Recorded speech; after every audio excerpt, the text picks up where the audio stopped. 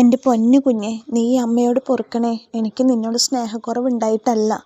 പക്ഷേ എനിക്ക് പ്രസവവേദന അനുഭവിക്കാൻ വയ്യ കുഞ്ഞെ. അമ്മയ്ക്ക് പേടിയാ. അമ്മ ഈ വേദന സഹിച്ച ചത്തുപോകും. വർഷ സ്വന്തം കുഞ്ഞിനെ നശിപ്പിക്കാൻ വേണ്ടി അബോർഷൻ ചെയ്യാനുള്ള തയ്യാറെടുപ്പിലാണ് കൂട്ടുകാരെ. വളരെ അധികം മാനസിക വിഷമം ഉണ്ടാക്കുന്ന ഒരു എപ്പിസോഡാണ് ഇന്നത്തെ എപ്പിസോഡ്. വർഷയ്ക്ക് പ്രസവവേദന സഹിക്കാൻ വയ്യ എന്ന് പറഞ്ഞിട്ട് ഒരു അമ്മയും ചെയ്യാത്ത ഒരു പ്രവൃത്തിയാണ് വർഷ ചെയ്യാൻ തുടങ്ങുന്നത്. കുട്ടിയെ അബോർഷൻ ചെയ്യാൻ വേണ്ടിയിട്ട്, അതായത് കുട്ടിയെ നശിപ്പിക്കാൻ വേണ്ടി വർഷ അതിനുള്ള തയ്യാറെടുപ്പുകൾ നടത്തുകയാണ്. പക്ഷെ അതിന് മുൻപ് തന്നെ ഒരു കാര്യം പറയാം. വർഷ ഗർഭിണിയാണെന്നുള്ള കാര്യം ചന്ദ്രോദയത്തിൽ ഒരാൾക്ക് പോലും അറിയില്ല. ആരോടും വർഷ പറഞ്ഞിട്ടില്ല. സ്വന്തം ഭർത്താവിനോട് പോലും വർഷ ആ കാര്യം അറിയിച്ചിട്ടില്ല കേട്ടോ. അപ്പോൾ കൂട്ടുകാരെ, ഇന്നത്തെ ചെമ്പന്നിരിപ്പൂവിലേക്ക് എല്ലാ കൂട്ടുകാർക്കും സ്വാഗതം. അപ്പം നമ്മുടെ ശ്രുതി പോയ വിഷമത്തിൽ ശ്രുതി വന്നിട്ട് മറ്റേ വെള്ളം അടിക്കാൻ വേണ്ടി ബിയറൊക്കെ മേടിച്ചിട്ട് വന്നിട്ട് സച്ചിനെയും ശ്രീകാന്തിനെയൊക്കെ കൂട്ടിക്കൊണ്ടുപോയി അവർ ടെറസിൻ്റെ മുകളിലിരുന്ന് വെള്ളം അടിക്കുകയാണ്. വെള്ളം അടിച്ചിട്ട് ശ്രുതി ഇങ്ങനെ സങ്കടങ്ങൾ പറയുമ്പോൾ ശ്രീകാന്ത് പറയാണ്, അമ്മയെ മാത്രം അനുസരിച്ചിരുന്ന ശ്രുതിയേട്ടന് നഷ്ടപ്പെടും. ശ്രുതിയേട്ടൻ ഒരു കാര്യം ചെയ്യണം, അമ്മേനെയും ഭാര്യയെ ഒരുപോലെ നോക്കണം. ശ്രുതി ചേച്ചി പോയി വിളിച്ചിട്ട് വാന്നൊക്കെ പറയാണ്. അപ്പോൾ ശ്രുതി പറയാം, അവൾ എന്നെ പറ്റിച്ചോളാണ് വഞ്ചിച്ചോളാണെന്നൊക്കെ പറഞ്ഞിട്ട് ശ്രുതി അതിന് അമ്പിനും വില്ലിനും അടുക്കണില്ല. അപ്പോൾ സച്ചി പറയും, കാര്യം നിനക്ക് അവളെ ഇഷ്ടമുണ്ടെന്നുണ്ടെങ്കിൽ നീ അവളെ പോയി വിളിച്ചിട്ട് വരണം. നിന്റെ ജീവിതം നീയല്ല ജീവിക്കണം എന്നൊക്കെ പറയുന്നുണ്ട് സച്ചി ശ്രീകാന്തും കൂടി. പക്ഷേ ശ്രുതി അപ്പോഴും അമ്മ പറഞ്ഞ കാരണം കൊണ്ട് ശ്രുതിനെ വിളിച്ചു കൊണ്ടുവരില്ല എന്നുള്ള തീരുമാനത്തിൽ തന്നെയാണ്. അപ്പോൾ ഇത് കേൾക്കുമ്പോൾ ദേഷ്യം വന്നിട്ട് ശ്രീകാന്ത് സച്ചി പറയാം, വാ സച്ചിയേട്ടാ നമുക്ക് പോകാന്ന് പറഞ്ഞിട്ട് പോണ സമയത്ത് ശ്രുതി പറയാൻ, ഡാ ബിയറിൻ്റെ പൈസ തന്നിട്ട് പോടാന്ന് പറയണം. അതേ വെറുതെ ഞങ്ങളെ കൊണ്ട് പറയിപ്പിക്കരുതെന്നൊക്കെ പറഞ്ഞിട്ട് അങ്ങനെ അവർ താഴത്തേക്ക് ഇറങ്ങി പോവാണ്. ഈ സമയത്ത് വർഷം ഇങ്ങനെ അകത്തിരുന്നിട്ട് കരയാണ്. വർഷം ഇങ്ങനെ ഗർഭിണിയായി എൻ്റെ സങ്കടത്തിൽ ഇങ്ങനെ കരയണ സമയത്ത് ശ്രീകാന്ത് പറഞ്ഞിട്ട്, ഇവളെന്തിനാ കരയണം, ഇവളെ എന്നെയല്ലോ ഉപദ്രവിച്ചു, പിന്നെ ഇപ്പം എന്തിനാ ഇവള് കരയണമെന്നൊക്കെ അങ്ങനെ ആലോചിച്ചിട്ട് ശ്രീകാന്ത് വരുമ്പോൾ വർഷയുടെ അടുത്ത് കിടക്കാതെ ബെഡും തലോണയും കട്ടിലും തലോണയും പുതപ്പും കൂടി എടുത്തിട്ട് പോകുമ്പോൾ വർഷം ഇങ്ങനെ ആലോചിക്കണം, ഇവൻ ഇത് നേരത്തെ ചെയ്യാനെങ്കിൽ എനിക്ക് ഈ അവസ്ഥ വരുമായിരുന്നോ എന്നൊക്കെ ഇങ്ങനെ വർഷം മനസ്സിൽ വിചാരിക്കണം. അപ്പോൾ ശ്രീകാന്ത് വേണോ വേണ്ട വെച്ചിട്ട് വർഷേനെ ഇങ്ങനെ നോക്കുമ്പോൾ വർഷം എൻ്റെ റൂമിൽ നിന്ന് പറഞ്ഞിട്ട് ശ്രീകാന്തിനെ വലിച്ച് പുറത്താക്കി റൂം അടയ്ക്കണം. എന്നിട്ട് വർഷം അങ്ങനെ വിചാരിക്കാണ്, എന്തായാലും ഞാൻ ഗർഭിണിയായ കാര്യം ഇവിടെ ആരും അറിഞ്ഞിട്ടില്ല, എനിക്ക് ഈ വേദന തിന്നാൻ വയ്യ, എന്തായാലും ഇത് അബോർഷൻ ചെയ്ത് കളയാം, അതിനുള്ള മെഡിസിൻ എന്തെങ്കിലും ഉണ്ടോ എന്ന് നോക്കാമെന്ന് വിചാരിച്ചിട്ട് വർഷം അങ്ങനെ ഇങ്ങനെ മൊബൈലിൽ തപ്പിക്കൊണ്ടിരിക്കുകയാണ്. അബോർഷനുള്ള മെഡിസിൻസിൻ്റെ വിവരങ്ങൾ മൊബൈലിൽ തപ്പിക്കൊണ്ടിരിക്കുകയാണ്. മൊബൈലിൽ ഇങ്ങനെ തപ്പിക്കൊണ്ടിരിക്കുകയാണ്. എന്നിട്ട് വർഷയ്ക്ക് മെഡിസിൻ്റെ പേരൊക്കെ കിട്ടുകയാണ്. എന്നിട്ട് വർഷം ഇങ്ങനെ വയറിൽ കൈ വെച്ചിട്ട് പറയണം, എൻ്റെ കുഞ്ഞെ, എനിക്ക് നിന്നെ ഇഷ്ടമില്ലായികയല്ലേ, നിന്നെ എനിക്ക് ഇഷ്ടമാണ്, പക്ഷേ നീ അമ്മയുടെ അവസ്ഥ മനസ്സിലാക്കണം, അമ്മയ്ക്ക് പേടിച്ചിട്ടാണ്, ഞാനൊരു ദുഷ്ടിയൊന്നല്ല, എനിക്ക് നിന്നെ ഒരുപാട് ഇഷ്ടമാണ്, പക്ഷെ എനിക്ക് വേദന സഹിക്കാൻ വയ്യ, അതുകൊണ്ടാണ് ഞാൻ ഈ തീരുമാനത്തിന് മുതിർന്നത് എന്നൊക്കെ പറഞ്ഞിട്ട് വർഷം അങ്ങനെ കൈ വയറിൽ അമർത്തി പിടിച്ചിട്ട് കരയാണ്. അങ്ങനെ വർഷ അബോർഷനുള്ള തയ്യാറെടുപ്പാണ്. പിറ്റേ ദിവസം വർഷം മെഡിക്കൽ ഷോപ്പ് അന്വേഷിച്ചു പോയിട്ട് മെഡിക്കൽ ഷോപ്പിൻ്റെ അവിടെ പോയിട്ട് മെഡിക്കൽ ഷോപ്പിലുള്ള പെൺകുട്ടിയോട് പറയാണ്, ഇങ്ങനെ ഈ മെഡിസിൻ ഉണ്ടോ എന്ന് ചോദിക്കുകയാണ്, അബോർഷനുള്ള മെഡിസിൻ. അപ്പോൾ ഈ പെൺകുട്ടി ചോദിക്കും, ഇത് ആർക്കാ ചോദിക്കുമ്പോൾ എനിക്ക് തന്നെയാണെന്ന് പറയണം. അപ്പോൾ ഡോക്ടറുടെ പ്രിസ്ക്രിപ്ഷൻ ഉണ്ടോ ചോദിക്കുമ്പോൾ ഇല്ല പറയാം. അപ്പോൾ പ്രിസ്ക്രിപ്ഷൻ ഇല്ലാതെ ഈ മരുന്ന് തരാൻ പറ്റില്ല എന്ന് പറയണം. അപ്പോൾ വർഷ പറയണം, അതെന്താ തന്ന, നിങ്ങൾ പറയണ പൈസയുടെ 10 ഇരട്ടി പൈസ ഞാൻ തരാം, എനിക്ക് മരുന്ന് കിട്ടിയേ തീരൂ എന്നൊക്കെ പറയണം. അപ്പോൾ പെൺകുട്ടി ചിരിച്ചിട്ട് പറയും, ഇത് കഴിച്ചു കഴിഞ്ഞാൽ ഇതിൻ്റെ കോംപ്ലിക്കേഷൻ എന്താണെന്നറിയോ, തനിക്ക് ചിലപ്പോൾ ബ്ലീഡിങ് ഉണ്ടായി താൻ ചിലപ്പോൾ ചത്തുപോകൂടോ.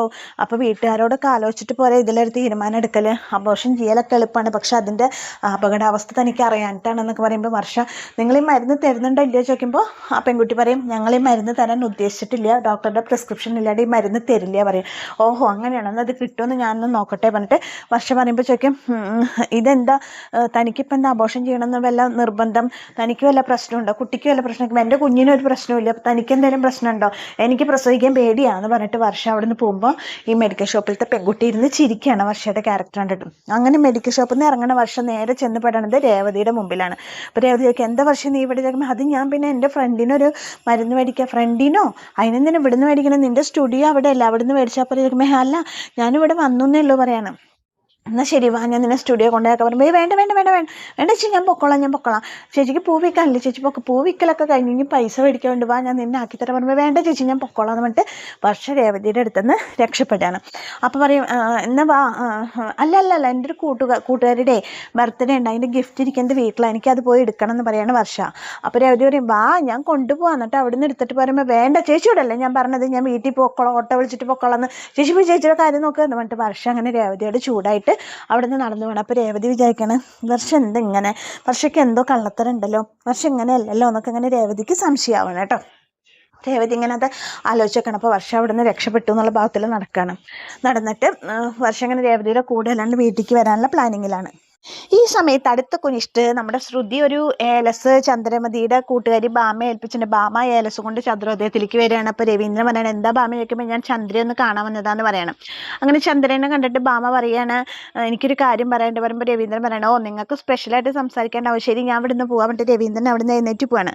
ആ സമയത്ത് ചന്ദ്രമതി ഭാമേനെ വിളിച്ചിട്ട് സിറ്റ് ഔട്ടിൽ കൊണ്ടുവന്നിട്ട് എന്താടി നിനക്ക് പറയാനുള്ള ചോദിക്കുമ്പോൾ, എന്താ ചന്ദ്രേ, ഇതൊരു അപൂർവ ഏലസാണ്, ഞാൻ അമ്പലത്തിൽ നിന്ന് പൂജിച്ചതാണ്, കുറേ നേരം ഇരുന്നിട്ടാണ് ഈ ഏലസ് പൂജിച്ച് കിട്ടിയത്, മണിക്കൂറുകളോളം ഇരുന്നിട്ടാണ് ഇത് ശ്രുതിക്ക് കെട്ടിക്കൊടുക്കണം, അവന് എല്ലാവിധ ഐശ്വര്യവും ആരോഗ്യവും സമ്പത്തും ഒക്കെ ഉണ്ടാവും എന്ന് പറയണം. സത്യമാണ് ചോദിക്കുമ്പോൾ അതേ പറയണം, നീ ഇത് എന്തെങ്കിലും പറഞ്ഞാൽ അവനെ കെട്ടിക്കൊടുക്കണം എന്ന് പറയണം. അപ്പോൾ ചന്ദ്ര വിചാരിക്കണം, ആ ശരി, ഞാൻ ഏറ്റവും ഭാമയെ ഞാൻ അവനെ കൊണ്ട് കെട്ടിച്ചോളാം. പറഞ്ഞിട്ട് ഭാമയുടെ മനസ്സിലെന്താ, ശ്രുതി പറഞ്ഞ കാര്യം നടത്തണം എന്നല്ലിട്ട് ഭാമ മനസ്സിൽ വിചാരിക്കാണ്, ചന്ദ്രേ നീ എൻ്റെ കൂട്ടുകാരിയെ, ഞാൻ അങ്ങനെ ചെയ്യാൻ പാടില്ല, എന്നോട് പൊറുക്കണേ എടി നീ പറഞ്ഞിട്ട് അങ്ങനെ ആ ഏലസ് ഭാമ ചന്ദ്രനെ ഏൽപ്പിച്ചിട്ട് ഭാമ അവിടുന്ന് രക്ഷപ്പെടുകയാണ്. അപ്പോൾ ചന്ദ്ര പറയണം, ഭാമ ഒരു മിനിറ്റ് നിൽക്കുക, നീ ശരിക്കും എൻ്റെ ആത്മാർത്ഥ കൂട്ടുകാരിയാണെടി, ഇതിനെന്തായാലും നിനക്ക് ഞാൻ തക്ക പ്രതിഫലം തരാതിരിക്കില്ല, ഇതിന് എൻ്റെ വക നിനക്കൊരു സമ്മാനം ഉണ്ട്, കൂട്ടുകാരികളായി എങ്ങനെ വേണമെന്നൊക്കെ പറയണം. പക്ഷെ ഭാമയ്ക്കാണെങ്കിൽ മനസ്സ് മുഴുവൻ ടെൻഷനാണ്, ചന്ദ്രനെ പറ്റിക്കണേനുള്ള ടെൻഷൻ. അങ്ങനെ ഭാമ ആ ഏലസ് അവിടെ കൊണ്ടിട്ട് ചന്ദ്രമതിയുടെ അടുത്ത് ഏൽപ്പിച്ചിട്ട് അവിടുന്ന് രക്ഷപ്പെട്ടു പോവാണ്. ചന്ദ്രമതി പോകുമ്പോൾ ശ്രുതി പുറപ്പെടുകയാണ്. ശ്രുതി പുറപ്പെടുമ്പോൾ ശ്രുതിയോട് പറയണ, മോനെ ഷർട്ടൊന്ന് അയക്കടാ പറയുമ്പോൾ, എന്താ ചോദിക്കുമ്പോൾ ഷർട്ട് അയക്കേ, ഇതൊന്ന് കെട്ടാനെ പറയുമ്പോൾ, അമ്മയല്ലേ ഇന്നലെ എന്നെ ഒരു ഏലസ് കൊടുന്ന് കെട്ടിച്ച്, ഇനി എന്തിനാ ഏലസ് ചോദിക്കുമ്പോൾ പറയണം, ഇത് ഭാമേൻ്റെ അമ്പലത്തിൽ പോയിട്ട് പൂജിച്ചു കൊടുന്നാടാ, ഇത് നിനക്ക് എല്ലാവിധ ഐശ്വര്യത്തിനുള്ള ഏലസാണ്, ഇത് നീ കെട്ടിയേ പറ്റൂ, നിനക്ക് എല്ലാവിധ ആരോഗ്യ സമ്പത്തും ഒക്കെ ഉണ്ടാവും പറയുമ്പോൾ, എൻ്റെ അമ്മ ഒരെണ്ണം കെട്ടിയിട്ടില്ലേ, അത് പോരെ ചോദിക്കുമ്പോൾ, അല്ലടാ ഇത് അവൾ അത്രയും കഷ്ടപ്പെട്ട് കെട്ടിയതല്ലേ. അങ്ങനെ ചന്ദ്രമതി ശ്രുതിയെ കൊണ്ട് നിർബന്ധിച്ചിട്ട് ഭാമ കൊണ്ടുവന്ന ഏലസ് ശ്രുതിയുടെ മറ്റേ കയ്യിലും കെട്ടിക്കൊടുക്കുകയാണ്. അങ്ങനെ 2 ഏലസൊക്കെ കെട്ടിയിട്ടാണ് ശ്രുതി ഇരിക്കുന്നത്. ചന്ദ്രമതി ആണെങ്കിൽ രക്ഷപ്പെട്ടു എന്നുള്ള സന്തോഷത്തിലാണ്. ഇനി എന്തായാലും ശ്രുതിക്ക് നല്ല കാലമായിരിക്കും, എത്രയും പെട്ടെന്ന് നല്ലൊരു പെൺകുട്ടിയെ കണ്ടുപിടിച്ചിട്ട് അവൻ്റെ കല്യാണം നടത്തണം, ഇനി അവനെങ്ങനെ വിട്ടാൽ പറ്റില്ല, അവൻ എന്തായാലും നല്ല രീതിയിലാക്കണം എന്നൊക്കെയുള്ള പ്ലാനിങ്ങിലാണ് ചന്ദ്രമതി ഇരിക്കണത് കേട്ടോ. അങ്ങനെ ആ 2 ഏലസും കെട്ടി ശ്രുതിക്ക് നല്ല കാലം വരും എന്നുള്ള പ്ലാനിങ്ങിലാണ് ശ്രുതി ഇരിക്കണത്. വർഷ അങ്ങനെ വീട്ടിലേക്ക് പോകാൻ വേണ്ടിയിട്ട് ഓട്ടോ വിളിക്കും പറയും, എവിടേക്കാണ് പോകേണ്ടത് ചോദിക്കുമ്പോൾ മേലാത്തൂർ പോകണം പറയുമ്പോൾ, വേറൊരു വഴി 2 വഴിയുണ്ട്, ഏത് വഴിയാണ് പോകേണ്ടത് ചോദിക്കുമ്പോൾ, നമുക്ക് വളഞ്ഞ വഴി കൂടെ പോകണ്ട, നേർ വഴി കൂടെ പോയാൽ മതി പറയുമ്പോൾ, മോളെ അവിടെ അപ്പടി കുണ്ടും കുഴിയാന്നൊക്കെ പറയും ഓട്ടോക്കാരൻ, അത് സാരില്ല എനിക്ക് അതിൽ കൂടെ പോയാൽ മതി പറയാണ്. അപ്പോൾ ആ ശരി പറയുമ്പോൾ ഓട്ടോക്കാരൻ പറയും, മോള് രവിയേട്ടൻ്റെ മരുമോളല്ലേ, അതേ പറയാണ്. അപ്പോൾ പറയാണ്, മോളെ ആ വഴി വേണോ, അപ്പോൾ ചോദിക്കുമ്പോൾ എനിക്ക് അത് കൂടെ തന്നെ പോയാൽ മതി എന്ന് പറഞ്ഞിട്ട് അങ്ങനെ വർഷ ഓട്ടോ വിളിച്ചേക്കാണ്. വർഷയുടെ വിചാരം എന്താണെന്ന് വെച്ചാൽ, ഓട്ടോയിൽ കയറി ഗട്ടറിലൊക്കെ കുണ്ടും കുഴിയിലൊക്കെ പെട്ട് കഴിഞ്ഞാൽ വർഷ എങ്ങനെയെങ്കിലും അബോഷനാവും എന്നുള്ള പ്ലാനിങ്ങിലാണ് വർഷ ഇരിക്കുന്നത്. എന്നിട്ടാണ് ഓട്ടോക്കാരനെ വിളിച്ചത്. അങ്ങനെ അയാൾ വണ്ടി എടുത്തിട്ട് ആ സമയത്ത് തന്നെ വർഷയ്ക്ക് കറക്റ്റ് വർഷയുടെ കൂട്ടുകാരിയുടെ ഒരു കോള് വരും.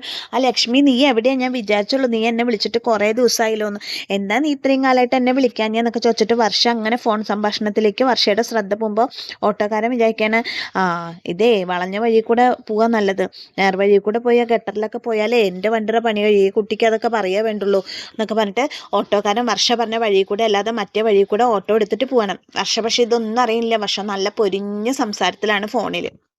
അങ്ങനെ ഓട്ടോ വന്ന ചന്ദ്രോദയത്തിൻ്റെ മുമ്പിൽ നിന്നു.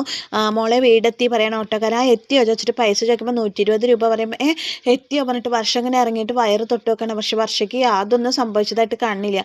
അപ്പോൾ വർഷ പറയണം, നിങ്ങൾ ഞാൻ പറഞ്ഞ വഴി കൂടെ അല്ലേ കൊണ്ടുവന്ന്, മോള് പറഞ്ഞ വഴി കൂടെ തന്നെ കൊണ്ടുവന്ന്, അത് നുണയാ അല്ലല്ലോ, ഞാൻ പറഞ്ഞ വഴി കൂടെ അല്ലല്ലോ കൊണ്ടുവന്ന, മോള് പറഞ്ഞ വഴി കൂടെ കൊണ്ടുവരുമായിരുന്നു എന്നുണ്ടെങ്കിൽ എൻ്റെ ഓട്ടോയ്ക്ക് ഇപ്പം എത്ര പണിയാവും എന്നറിയോ എന്ന് ചോദിക്കുമ്പോൾ, അങ്ങനെയാണ് വേണ്ടത്, ഞാൻ തന്നോട് ആ വഴി കൂടെ കൊണ്ടുവരാനല്ലേ പറഞ്ഞതെന്നൊക്കെ ചോദിച്ചിട്ട് വർഷ ചൂടാകുമ്പോൾ രവീന്ദ്രൻ ഇറങ്ങി വരാണ് വീടിൻ്റെ ഉള്ളിൽ നിന്ന്. എന്താ പ്രശ്നം ചോദിക്കും, മംഗളെ ഞാൻ പറഞ്ഞ വഴി കൂടെ അല്ല ഇയാൾ ഓട്ടോ ഓടിച്ച് എന്നെ കൊണ്ടുവന്നത്, ഇയാൾ വേറെ വഴി കൂടെ കൊണ്ടുവന്നെന്നൊക്കെ പറയാണ് വർഷം.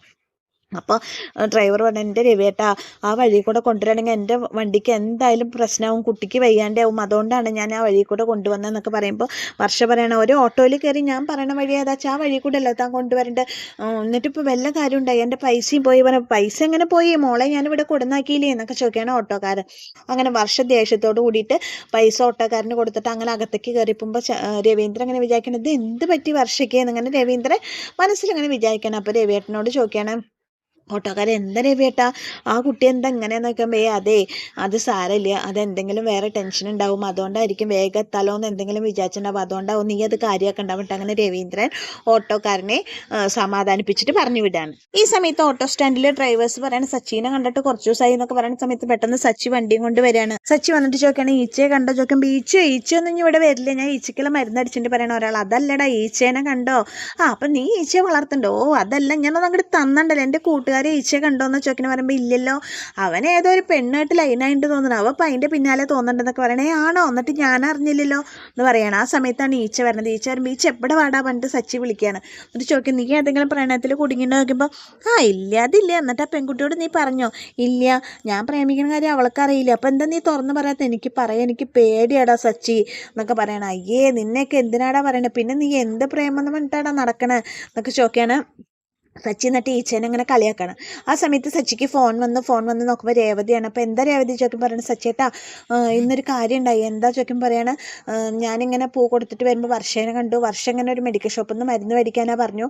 ഞാൻ വണ്ടിയിൽ കൊണ്ടുപോകാനപ്പോൾ അവൾ സമ്മതിച്ചില്ല. അവൾ എന്തോ കള്ളത്തരം കാണിക്കണ പോലെ എനിക്ക് തോന്നി സച്ചേട്ടാ.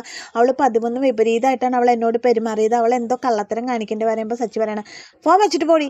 അവളുടെ ഒരു വർത്തമാനം. നിൻ്റെ പൂ കൊടുക്കൽ കഴിഞ്ഞോ? പൂ കൊടുക്കൽ കഴിഞ്ഞ് പൈസ മേടിച്ചോ? ഇല്ല, എന്നാൽ പോയി പൈസ മേടിച്ചിട്ട് വീട്ടിൽ പോടി എന്ന് പറഞ്ഞിട്ട് സച്ചി അങ്ങനെ വെറുതെ ചൂടാവാണ് രേവതിയോട്. എന്നിട്ട് രേവതിയോട് ഫോൺ വെക്കാൻ പറയണം. അപ്പോൾ രേവതി ശരി എന്നിട്ട് രേവതി അങ്ങനെ ഫോൺ വെക്കുകയാണ് കേട്ടോ. ഈ സമയത്ത് ശ്രുതി ചന്ദ്രോദയത്തിൽ വന്നു. ഡ്രസ്സൊക്കെ ഇതാക്കി ബാഗൊക്കെ എടുത്ത് വെച്ചിട്ട് ക്ഷീണിച്ച് കട്ടിലുമേൽ ഇരിക്കുന്ന സമയത്ത് ശ്രുതി ഫോൺ വിളിക്കുകയാണ് സുധീനെ. ഫോൺ വിളിക്കുമ്പോൾ നീ എന്തിനാ എന്നെ വിളിച്ചത്? നിന്നോട് ഞാൻ പറഞ്ഞിട്ടില്ല എന്നെ വിളിക്കരുത്. നീ എന്തിനാ എന്നെ വിളിച്ചത്? എന്നെ വിളിക്കേണ്ട ആവശ്യം എന്താണെന്നൊക്കെ ചോദിക്കണം. അപ്പോൾ ഇത് കേട്ടിട്ടാണ് ചന്ദ്രമതി റൂമിലേക്ക് വരുന്നത്. അപ്പോൾ ശ്രുതി ഞാനൊന്ന് പറയട്ടെ പറയുമ്പോൾ എനിക്കൊന്നും കേൾക്കണ്ട. നീ എന്നെ എത്ര പറ്റിച്ചോളാം, ഞാൻ നിന്നെ എന്തുമാത്രം വിശ്വസിച്ചു. പക്ഷെ നീ എന്നോട് കള്ളത്തരല്ലേ കാണിച്ചത്. ഇനി ഞാൻ നിന്നെ എങ്ങനെ വിശ്വസിക്കേണ്ടത്? നീ പറയുന്നതെല്ലാം ഞാൻ എങ്ങനെ വിശ്വസിക്കും എന്നൊക്കെ ചോദിക്കുന്ന സമയത്ത് ശ്രുതി ഞാനൊന്ന് പറയട്ടെ എന്ന് പറയണത്. നീ എനിക്ക് എന്നോട് ഒന്നും പറയണ്ട, എനിക്ക് ഒന്നും കേൾക്കേണ്ട ആവശ്യമില്ല പറയുമ്പോൾ ചന്ദ്രമതിക്ക് മനസ്സിലാവുകയാണ് ശ്രുതിയാണ് സുധീനെ വിളിച്ചേക്കണേ മനസ്സിലാകുമ്പോൾ ചന്ദ്രമതി ഓടി വന്ന് ഫോൺ മേടിച്ചിട്ട് പറയണം, നീ എന്തിനാണ് എൻ്റെ മോനെ വിളിച്ച്? നീ ഇനി ഇങ്ങോട്ട് തിരിച്ചു കയറാന്നുള്ള പ്ലാനിങ് ആണെന്നൊന്നും നടക്കില്ല ശ്രുതി. ഇനി നീ എൻ്റെ മോൻ്റെ ജീവിതത്തിൽ ഉണ്ടാവില്ല. അവൻ്റെ കാര്യങ്ങളൊക്കെ ഞാൻ തീരുമാനിച്ചോളാം. ഇനി നീ അവനെ വിളിക്കുക, അവൻ്റെ ഫോണിലേക്ക് വിളിക്കുക, സംസാരിക്കുക ചെയ്യരുതെന്നൊക്കെ പറഞ്ഞിട്ട് ചന്ദ്രമതി വാണിങ് കൊടുക്കുകയാണ്. നീ ഇപ്പോൾ വിചാരിക്കേണ്ട അവ എന്തെങ്കിലും പറഞ്ഞിട്ട് ഇവിടേക്ക് കയറാന്നല്ലേ, അതൊന്നും നടക്കില്ല. ഇനി ജന്മത്ത് നിന്നെ ഞങ്ങൾക്ക് വേണ്ട എന്നൊക്കെ പറഞ്ഞിട്ട് ചന്ദ്രമതി അങ്ങനെ ഫോൺ വെക്കുകയാണ്. ഫോൺ വെച്ചിട്ട് അപ്പോൾ ശ്രുതി ചോദിക്കണം, അമ്മ എന്തിനാ എൻ്റെ ഫോൺ തട്ടിപ്പറിച്ചത്? ഞാൻ സംസാരിക്കില്ല അവളോട്, എനിക്ക് അവളോട് പറയാനുള്ള കാര്യങ്ങൾ ഞാൻ പറയില്ല. അമ്മ എന്തിനാ മേടിച്ചത് നിൽക്കുമ്പോൾ അവളിങ്ങി നിന്നെ വിളിച്ച് ശല്യപ്പെടുത്താൻ വിചാരിച്ചു. ശല്യപ്പെടുത്തത് ഇപ്പം ശല്യം അവിടെ അമ്മയാ. എന്താ മോനെ നീ അങ്ങനെ പറയണ ചോദിക്കുമ്പോൾ പറയണം, അമ്മ ഈ റൂമിൽ നിന്ന് ഇറങ്ങിപ്പോവോ, എനിക്കൊന്ന് കുറച്ച് നേരം തനിയെ ഇരിക്കണം എന്ന് പറയണം. അത് കേൾക്കുമ്പോൾ ചന്ദ്രമതി ഇങ്ങനെ ആകെ വിഷമിക്കുകയാണ്. സുധീരുടെ അടുത്ത് നിന്ന് ഇങ്ങനെ ഒരു പെരുമാറ്റം ഉണ്ടാവുമെന്ന് ചന്ദ്രമതി വിചാരിക്കണേ ഇല്ല. അപ്പോൾ നീ എന്താ ഇങ്ങനെ പറയണ വയ്ക്കുമ്പോൾ അല്ലാതെ പിന്നെ ഞാനൊരു കാര്യം പറയാം, ഇനി അമ്മ എന്നെ ബുദ്ധിമുട്ടിച്ചിട്ട് ഇവിടെ നിൽക്കല്ലേ, ഞാൻ ഈ റൂമിൽ നിന്നൊന്ന് ഇറങ്ങിപ്പോവും അമ്മ ചോദിക്കുമ്പോൾ ചന്ദ്രമതി അപ്പം നിനക്ക് ഞാനൊരു ശല്യമില്ല. അമ്മ ഈ റൂമിൽ നിന്ന് പോകാനല്ലേ ഞാൻ പറഞ്ഞുള്ളൂ, ഈ വീട്ടിൽ നിന്ന് പോയി ഞാൻ അമ്മോട് പറഞ്ഞില്ലല്ലോ, എനിക്ക് ഇത്തിരി നേരം ഒറ്റയ്ക്ക് ഇരിക്കണം. മറ്റേ ശ്രുതി ചൂടാവാണ് ചന്ദ്രമതിയോട്. അപ്പോൾ ചന്ദ്രമതി ശരി ഞാൻ പോകാൻ പറ്റും ഇങ്ങനെ വിഷമിച്ചിട്ട് അവിടെ നിന്ന് ഇറങ്ങിപ്പോയി ഹാളിൽ പോയിരിക്കുന്ന ചന്ദ്രമതി ഉറക്ക കരയുമ്പോൾ രവീന്ദ്രൻ ചോദിക്കേണ്ടത് എന്താ ചന്ദ്ര എന്നൊക്കെ ചോദിക്കുമ്പോൾ ഒന്നും മിണ്ടില്ല. സാധാരണ നീ കരയിൽ പതിവില്ലല്ലോ, ആദ്യമായിട്ടാണല്ലോ നീ കരയണേക്കണം, എന്താ ചന്ദ്ര എന്നൊക്കെ നോക്കുമ്പോൾ ചന്ദ്രമതി ഒന്നും മിണ്ടില്ല. പിന്നെയും ചോദിക്കുമ്പോൾ ശ്രുതി ഇങ്ങനെ വഴക്ക് പറഞ്ഞ കാര്യം പറയണം. അപ്പോൾ സച്ചി അവിടെ വരികയാണ് ആദ്യം. അപ്പം ഇങ്ങനെ വഴക്ക് പറഞ്ഞ കാര്യം പറഞ്ഞാൽ ഓട്ടക്കാരെ അമ്മയെ ചീത്ത പറഞ്ഞോ?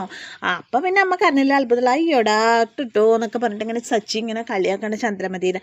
അപ്പോൾ രേവതിയോട് പറയും, രേവതിയേ ഓടിവാ അമ്മ കരയണു എന്നൊക്കെ പറഞ്ഞിട്ട് രേവതി വരുന്ന സമയത്ത് ഇങ്ങനെ ശ്രുതി ഇങ്ങനെ അമ്മേനെ വഴക്ക് പറഞ്ഞ കാര്യവും അമ്മ കരയണത് എന്തിനാന്നൊക്കെ പറയണം. അപ്പോൾ രേവതി പറയണം, എന്താ അമ്മ എന്താ സംഭവിച്ചതെന്നൊക്കെ പറയുമ്പോൾ ചന്ദ്രമതി ഇങ്ങനെ അവൻ എന്നോട് ഇറങ്ങി പോകാൻ പറഞ്ഞു റൂമിൽ നിന്ന് എന്നൊക്കെ പറയണം. അപ്പോൾ നമുക്കത് ചോദിച്ചിട്ടേ പറ്റുള്ളൂ. ശ്രുതി ഇവിടെ ഇറങ്ങി വാ എന്ന് പറയണം. ശ്രുതി ഇറങ്ങി വരുമ്പോൾ പറയണം, ശ്രുതി നീ അമ്മോട് ഇങ്ങനെ പറഞ്ഞോ റൂമിൽ നിന്ന് ഇറങ്ങി പോകാൻ ചോദിക്കുമ്പോൾ അപ്പോഴേക്കും അമ്മ അത് ഇവിടെ വന്ന് കൊളുത്തി എന്നെ ചീത്തയേൽപ്പിക്കാനുള്ള പരിപാടിയാണല്ലേ അമ്മ അപ്പോഴേക്കും അതൊക്കെ ഇവിടെ കുറഞ്ഞ് കൊളുത്തിയില്ലേ, ഞാൻ അമ്മോട് റൂമിൽ നിന്ന് വന്ന് ഇറങ്ങി പോകാനല്ലേ പറഞ്ഞുള്ളൂ, അതിനിപ്പോൾ അമ്മക്ക് അറിയാൻ മാത്രം ഞാൻ വേറെ ഒന്നും പറഞ്ഞില്ലല്ലോ എന്ന് പറയണം ശ്രുതി.